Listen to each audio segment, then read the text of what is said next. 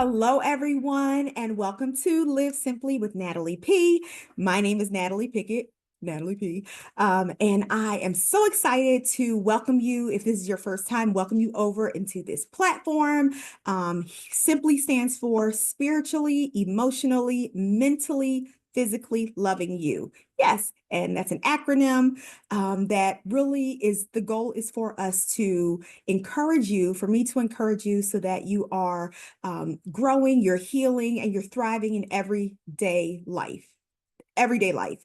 So, over here, when we're living simply, it's really where faith meets the real life challenges, and we learn to walk in purpose and joy despite all the things that are going on. All the things, right?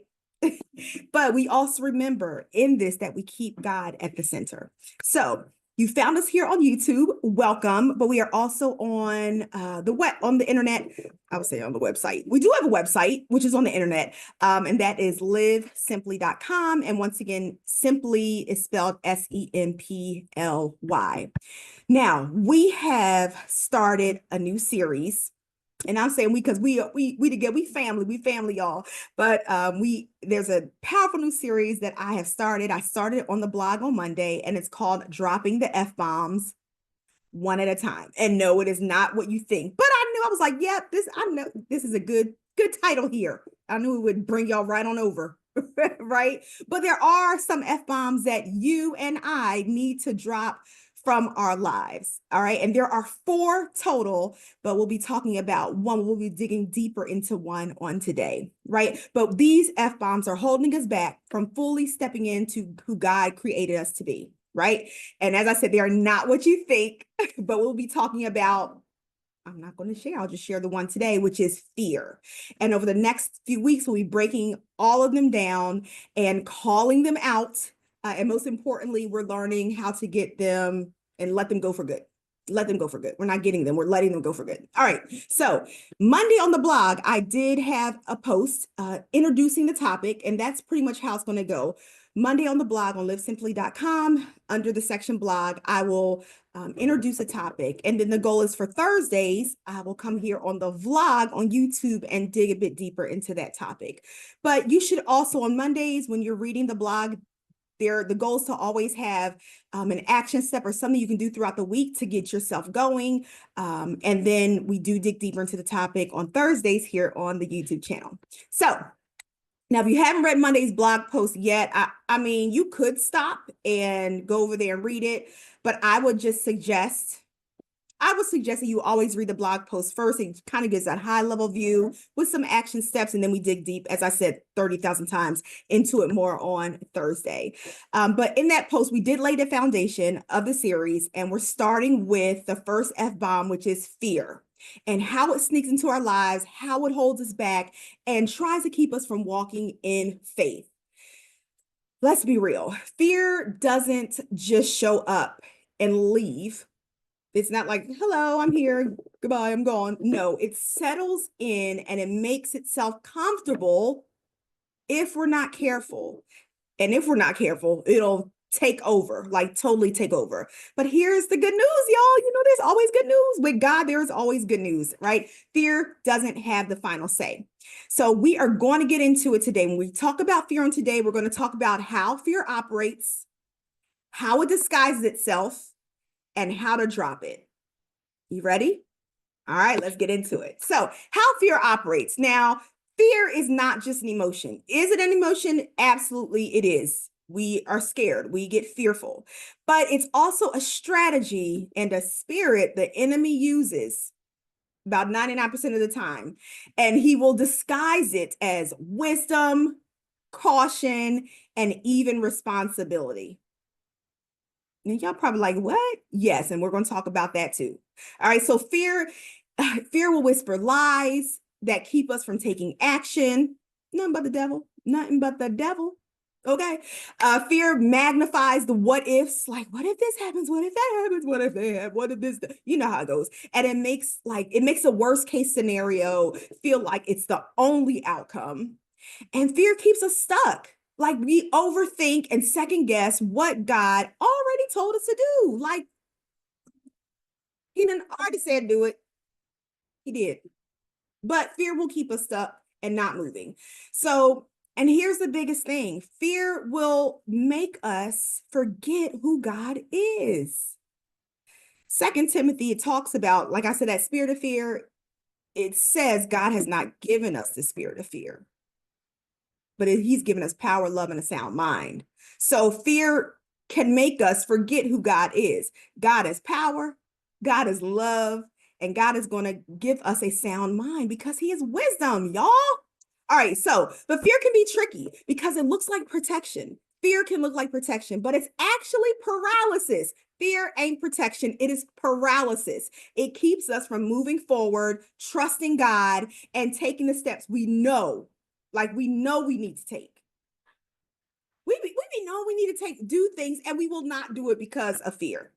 Now, we're going to dig deep now into how the ways that fear disguises itself. I had mentioned 3 ways that the enemy can use because he's crafty. The word says that the enemy is very crafty. He creates schemes, like he's scheming. He's something else. Like he'll like make stuff look like the truth, but it ain't the truth. We have to be very aware of how the enemy works. And so he can, because he's so crafty and he like be scheming on us, and like he knows our buttons, and he knows what's going to make us like kirk out and get scared and frustrated, all those things. He dresses up, when we're talking about fear, he dresses it up as wisdom, caution, and responsibility. My God. So we just justify staying stuck. That's why he does it. We actually justify why we're staying stuck. Like we will justify, I'm not moving because I know God told me to do something, but I'm not doing it because we won't justify why we stuck. Why? What? No, we're not doing that anymore.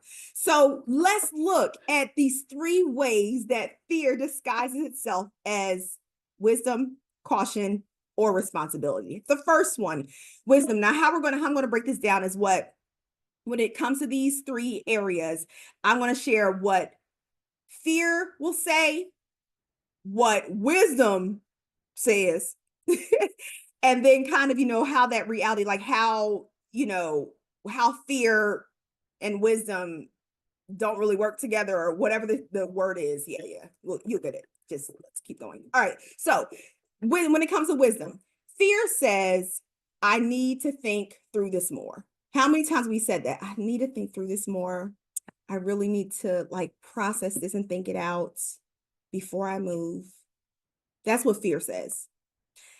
Wisdom says, right? Because that sounds good, right? Like I need to think through this more. Like, yes, that sounds good. But this is what wisdom says. Wisdom says, I'll pray and seek God, but I won't overthink myself into disobedience.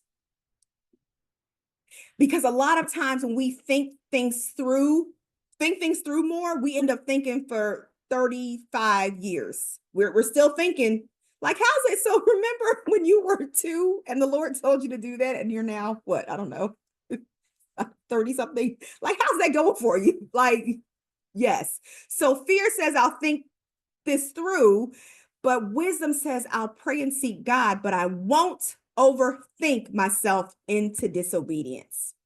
So the reality of this is that fear keeps us in a cycle of endless planning and researching, because that's what, when we're thinking about stuff for 35, 40 years, it's called, some people call it analysis paralysis. Like we're always like planning things. We're always researching, looking up stuff, like finding the best, possibility for doing something, but we never get to do it. We never get to it at all, right? That's the reality, is that when you are thinking through something forever and not acting on faith, not overthinking, it will keep you in a cycle of endless planning and researching, and you're never actually taking a step forward. What might this look like? You've been wanting to write a book forever, but you still, like maybe 10 years ago, God told you to write a book, and you're still researching. You're still researching about this specific topic. Yeah, he may have told you to move somewhere, like move to a different place. And that's scary. Like, I really need to think about this. Let me research every 100 states. There's not 100 states, but let me research every single place. And you still researching 20 years later. So we have to be careful that we do not fall into the trap of endless planning and researching because we're truly fearful. So we're acting like we're just thinking it through and we're processing everything. But in reality, it's analysis paralysis, and that's due to fear. Got it? All right, good. So that's how fear can disguise itself as wisdom. Now, let's look at how it's let's see some other suggestions that let me think of something. Here's another one. When it comes to fear. Let me see. Maybe it'll say I need to be 100% sure before I make a move. That's another one, right? I need to be 100% sure before I make this move. And wisdom says faith requires trust, not certainty.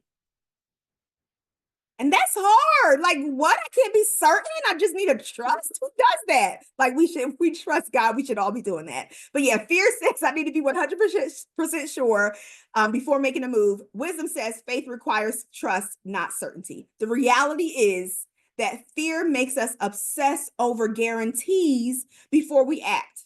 We're obsessing over the guarantee. But faith, though, requires stepping out without seeing the full picture. Oh, my goodness. How many of us have been there? I know I have. Like, I need to know if you tell me to go from A to Z, I need to know B through Y. Or if I can't see the full picture, I ain't going. That's fear. Wisdom says, I will trust God. I don't have to be certain. I don't have to know his entire plan. But if he told me to do something, I'm going to trust him and step forward without seeing the full picture. All right. Another way can disguise itself as wisdom. These are just examples. I should wait for a clear sign. I should wait for thunder to strike 3 times, or I should wait for the cat to meow at 12 p.m. I don't know, but we were waiting for a clear sign. That's what fear says. But wisdom says, if God already spoke it, I don't need another sign. Ah! Whoo! That was good, right? If I would throw my slipper, I could though. If God already spoke it, I don't need another sign. Yes, I have a slipper, Target slipper. Aren't they super cute? I know. All right. So fear. So here's the reality: fear makes us stall, waiting for confirmation on something God already told us to do. We wanted it confirmed by 30,000 prophets, but he already told us to do it. And a lot of times we know that it was him that told us to do it, but we want this clear sign before we can move forward. No, hear me clearly. If God already spoke it, what other sign? What other sign do you need? If God said it, what other sign? Not near one. Not near one. So don't allow fear to make you stall waiting for confirmation. So these are all signs of how it can disguise itself as wisdom. We're being wise because we're waiting for a clear sign. We're being wise because we need to be 100% sure and clear on things. We're using wisdom because we need to think through things. There is a balance. And the balance is that faith needs to come right on in, and what God said needs to be the main thing, regardless of anything else. All right. Now, the key difference is that wisdom seeks God and moves when he says moves. Fear, on the other hand, uses wisdom as an excuse to delay. So some of you are probably like saying, oh, I shouldn't use wisdom. Oh, duh, yes, you should use wisdom, but God is wisdom. So if God has already told you to do something, the wisdom done spoken. That doesn't, like, what else do you need? He is the wise one. He is all wisdom. If he said it, that's the wisdom. And you need to go with him instead of delaying. All right. Another way fear disguises itself is as caution. Fear disguises itself as caution. So I'm gonna give you some examples. All right. Fear says, here's disguising itself as caution. Fear says, I just don't want to make a mistake. I just don't want to make a mistake. Like, I do not want to mess up. Caution, all right? That's what fear says, all right? But when we are thinking about not moving in fear, it's going to say, I will trust God to direct me if I mess up. Do you know God can direct you even when you mess up, when you make mistakes? Well, no, who wants to make it? None of us want to make mistakes. None of us want to be wrong. Many of us, I believe that we have a desire and a passion to obey God and to hear him. And sometimes we think that we've heard him, but it wasn't the right thing. But even in our mistakes, he can redirect. So don't allow the fact that, you're cautious, you don't want to make a mistake, you don't want to mess up. Don't let that be the reason why you don't act in what God is moving you to do or what your purpose to do. All right. You want to act in a way where, like, you know what? I'm trusting God to redirect me if I mess up. I remember, gosh, years ago, I was at a conference listening to someone, and I'll never forget, her saying that we are human, and sometimes we do make mistakes. We think that we hear God, and it wasn't really him, but he can still turn that bad thing, that mistake. He can rearrange things to turn it out for our good. He understands our hearts. He understands what our motives were, if they're pure or not. And even if we mess up, but if it was out of truly wanting to please him, he's going to redirect you, and he's going to clean up that mistake, clean up that mess, and hey, turn it into a message.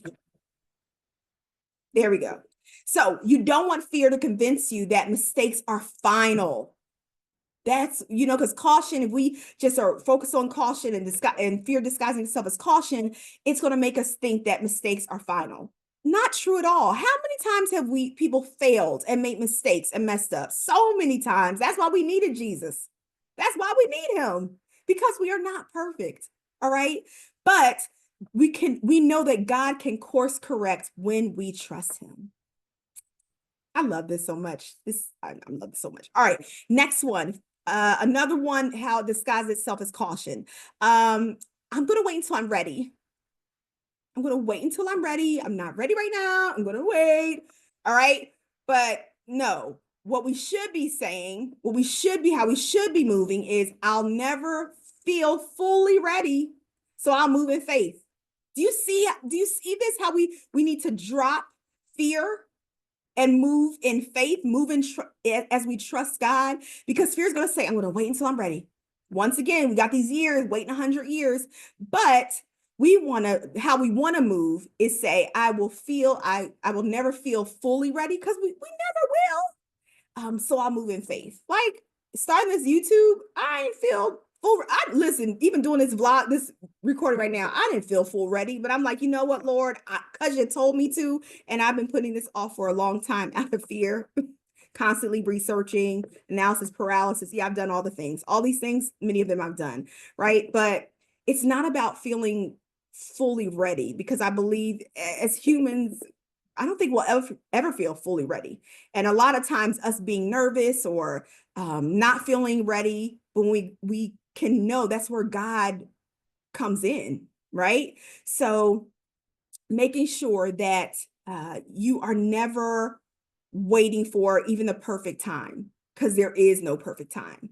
All right. Fear wants to trick you into believing that readiness is a feeling, but faith moves even when we feel unsure.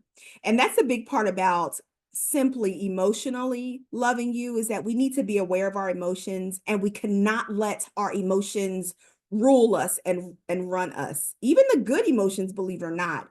But we need to use wisdom, and wisdom comes from God. But yeah, you got to move regardless of how you feel. Move. All right, another way.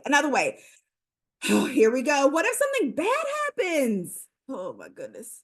I'm just really speaking about my life right now. Okay, what if something bad happens? So, that's what fear will say. Something bad is going to happen. What if something bad happens? But when we are not moving in fear, it says, even if the outcome isn't perfect, God is in control. Man, what else I got to throw? Even if the outcome isn't perfect, God is in control. The reality is that fear fixates on every possible negative outcome. Like, we are meditating on the negative outcomes, which breeds anxiety, which breeds stress. What if this happens? Tying back into those what ifs, right? Fear fixates on the negative, on every possible negative outcome, keeping us from taking risks that God is leading us towards. Oh, God leads you towards taking risks. Of course, the enemy does not want you to take a risk, because if God's leading you toward the risk is going to become something great. Duh, right? So we want to make sure that we are not operating in these things that appear as we're being just cautious, right? There is a balance. All right, so key difference. Caution acknowledges risk, but doesn't let fear stop progress. Fear keeps us stuck in the cycle of what ifs. Get out the cycle of what ifs and gets to moving. All right. So, next one. Fear disguises itself as responsibility. Like, and we all want to be responsible. Like, it's like if you're a parent, you're responsible for like people, right? But even if you are a professional, whatever you may do, we want to make sure that we are responsible, right? That's just being a good citizen, a good person, being responsible. However, yes, fear can be disguised as responsibility. Here are some examples. You may find yourself in these. I know I found myself. All right, first one is I need to be practical. I need to be practical. That's what fear says. But when we are connecting with God, it says, I will trust God and take wise steps. And wise steps, meaning not the wisdom that's disguising itself, not the fear disguising itself as wisdom, but wise steps. And wise steps comes from what God tells you to do. So the reality is that fear makes us hesitate, using practicality as an excuse to avoid risk. But faith doesn't always make sense on paper. Faith rarely makes sense on paper. Does it even make? No. For the most part, no, it doesn't. Right?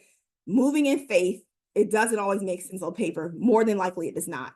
But fear is going to just keep you in that practical state, playing it safe, right? But we have to be able to trust God and take the wise steps. And any step that he tells you to take is wise. Okay, next one. Here's another one. When we are thinking about responsibility, I have too many obligations right now. I need to be a responsible person and just, take care of my obligations that are going on right now, that I have right now. God says he's going to be like, listen, I need you to make a way if I called you to do it. And a lot of times those obligations that you have going on, many of those, God didn't even tell you to do them. And that's why you have too many obligations. So I'm just going to add on to that. Commercial break. Make sure that that your space, your to-do list, your agenda, what you're involved in is what God is telling you to do in this season. There are times that we are involved in things, and it's the right season for it. It's the right season to do it. But a lot of times we remain in things because it's comfortable. We're used to it. We got a flow of it. Maybe we're in some high position and it's like, yeah, I'm not letting this go. But if the season is up, then you're really just overcrowding your life with things that are not allowing you to move forward in what you should be doing at the moment. Make sure that you are obligated to the right things in every season of your life. And that requires you to stay in context and aligned and trusting God, right? So fear convinces you, it convinces us that we're being selfless by staying where we are, when in reality, we're avoiding obedience.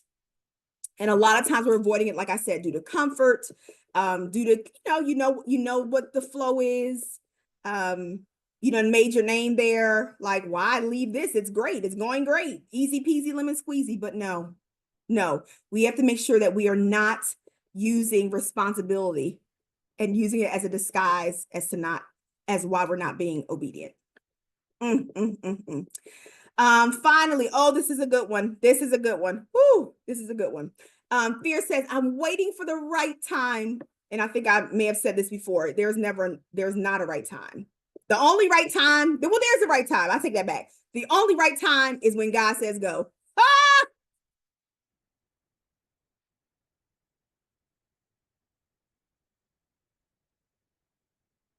You're comfortable too, y'all. The only right time is when God says go. Fear makes us procrastinate, making us think we're just waiting for better conditions, when in reality, we're afraid to fail. But failure is okay. I am also a John Maxwell team member, and he often talks about how we need to fail forward. Failure is the experience that we need so that when we are going into that next step, that next place, we have experience. It's okay to fail. We're not created to be perfect. We're human. It's okay to fail. Just fail forward. If you do fail, learn from your mistake, don't do it again, and keep going. All right, so the key difference here is that responsibility aligns with faith. Fear blocks faith. If we let fear dictate our decisions in the name of being responsible, we might miss everything God is calling us to do. Oh my goodness. Mm, mm, mm, mm. Mm, mm, mm, mm. Yeah, and sometimes, there are people that remain in things for so many years just because they just feel like it's just comfortable. I know I keep coming back to that, but maybe it's because somebody listening to this is remaining because it's comfortable, because it's what you've always known. It's the people that you've always known. It's the place that you've always known, because or remaining because everybody else is remaining there. Everybody else is doing it. When God has called you to go, you're fearful of experiencing new things, experiencing new people, experiencing new environments. But how are you to grow? How are you to live simply if you never take that experience? Don't allow fear to to to allow the experiences that God wants you to have to die. We got to move forward and drop that F-bomb, which is fear. All right, so that was some good stuff there, but I definitely want to leave you with some action steps. We've got to apply these things. It's great to listen. We can listen to, whether it's my YouTube page, there's some amazing people out there. We can read books, we can listen to podcasts, we can do all the things, but if we don't apply what we are hearing, what is the point? Is none. All right, so looking at how to drop fear, how to drop this F-bomb, and it's not going to happen overnight, and it's not instant. And a lot of times, most of the time, if the enemy knows that he can get you in fear, he'll try again and again and again, over and over. That's why we have to be wise. We have to understand, know his strategies. We have to be mindful. We have to have a spirit of discernment so we know what's really going on, so that we can be like, yeah, no, devil, not today, not any day, not at all. Moving forward in what God has called me to do. First thing you want to do in dropping fear, name it. You got to name it. Where has fear been controlling your decisions? Where exactly has it been controlling your decisions? Is it decisions with your job, decisions with where you live, decisions, maybe it's about school, can it be decisions about a specific relationship? Where has fear been controlling your decisions? Is it decisions about finances? And then what is keeping you from doing it? So name it. And I say, I'm still a big writer. I know that many of us, we move to technology, but get yourself, always going to be team notebook journal. Write it down, write the list of the things that fear has been controlling your decisions in, what areas, and then what is it keeping you from doing? What are those fears keeping you from doing? My fear of my profession is keeping me from, applying for new jobs or applying for a job in a higher leadership role, right? Just an example. And call it out. Spirit of fear that has been controlling my decision as it pertains to finances. I call you out in Jesus' name. And I am going to do blah, blah, blah. Do what God has told you to do. All right, you want to name it. You want to challenge it. Ask yourself, is this fear telling me the truth? Fear is loud, but it's a liar. Fear is loud, but it's a liar. Find scriptures that cancel it out. Find scriptures that cancel it out. And no, I'm not. I know. I was going to say, no, I'm not giving you scripture. I did provide a couple of scriptures in the blog about fear. But you need to begin to also research and look. There's so many places that you can just type in, go on the internet and type in, what does the Bible say about whatever the topic may be, finances. What does the Bible say about moving? What Bible characters dealt with moving from one location to the next? There is a few, right? But getting that information and really digging into to God's word, hearing what he has to say about it, because remember, the Bible is written by people who were inspired by Holy Spirit. So you can get his mind around everything. What works, what doesn't work, what he likes, what he dislikes, what God sounds like through reading his word. You can also get an idea of what the enemy sounds like, right? Because you want to make sure to find word that is speaking truth into to what you're doing. All right. So 1, you want to name it.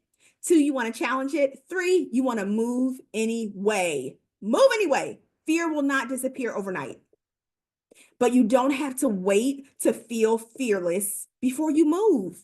Like I said, this here for me, believe it or not, I love to teach, I love to speak, love to talk, but this is still very fearful. It's just it's a different experience for me, right? But fear cannot allow you to stay stuck and not move, right? Faith is action.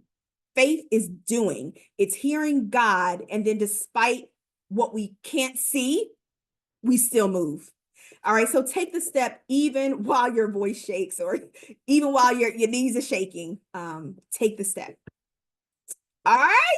Well, that is all about fear on today. I hope that was a bit deeper, digging deeper, a bit deeper for you.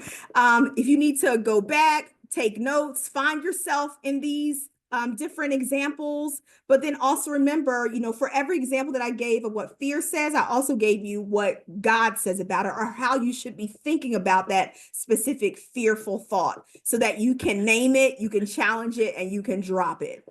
All right, so before we go, we had to do a product review. We're doing product reviews. I want to try to do a product review every time. And I'm like, Lord, I need to get some more products. But today, the product review is Sol de Janeiro. I believe I'm saying that right. Sol de Janeiro. Sol de Janeiro is, it's translated, it's Portuguese. I did some research on it. And it means sun of January, referencing the peak of the Brazilian summer sun. So this is a brand of lotions, creams, fragrances that smell delicious. Yes, delicious with an A on it. Delicious. But the brand, it really aims to invoke warmth, comfort, and beauty of Brazilian lifestyle, even though we're not in Brazil, but we can have Sol de Janeiro. All right, particularly the carefree, like, beach culture of Rio de Janeiro.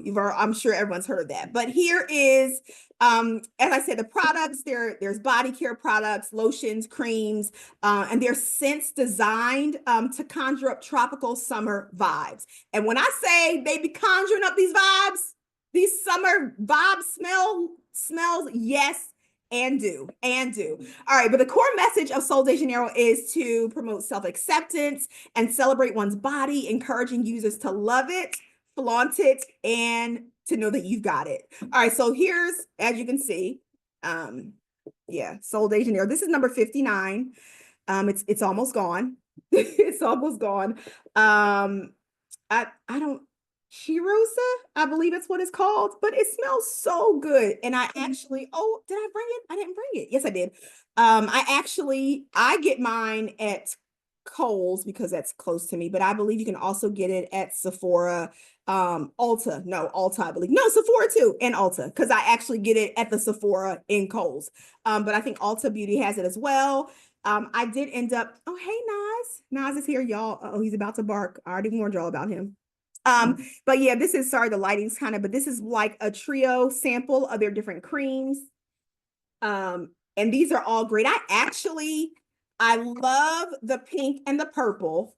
The purple one is a body butter, and it's a body butter. It smells so good. This pink one, though, this is the first one I tried, and I'm still learning y'all how to do. Yes, smells so good. Now, this Brazilian Bum cream, the yellow, goldish yellow, a lot of people like this one. It's just now, what's the word? I'm just now like falling for it. It's just now catching on. There you go. I'm just now catching on to it. So it does smell good. I don't have the spray to this one though. So if I do wear it, I'll just be like, just putting it all over. But I do have like the creams and the spray for number 59 and number 68. the pink is number 68. I don't know what Brazilian bum what number it is. Ooh, I don't know. But I think I actually may go and get the body mist as well, the perfume mist as well. But yes, Sol de Janeiro, there's so many different fragrances. They're all categorized by a different number. And usually there's a lotion or cream that goes with that number, as well as a body mist, a perfume mist. And they also have some, I know they have some hair oils. Oh, and this here, the mist, it can also be used on your hair. I just learned it. I was like, oh, for real? Tell me, say less. But yes, I mean, be careful. That's your choice. But with this, yeah, I'll be spraying these braids. But yeah, so that's my product review for today. Y'all, thank you so much for hanging. I hope that you got something out of this. I'll be putting the links to Sol de Janeiro as well as the blog post in the chat. Thank you so much for hanging out. Remember, you are going to drop this F-bomb, which is fear. You have a lot of good information here. Please like, comment, subscribe, and share this vlog because we want everyone to be able to live simply. That's when you're loving yourself from the inside out. All right, y'all, have a wonderful rest of your week. Happy weekend and have a great day. Bye.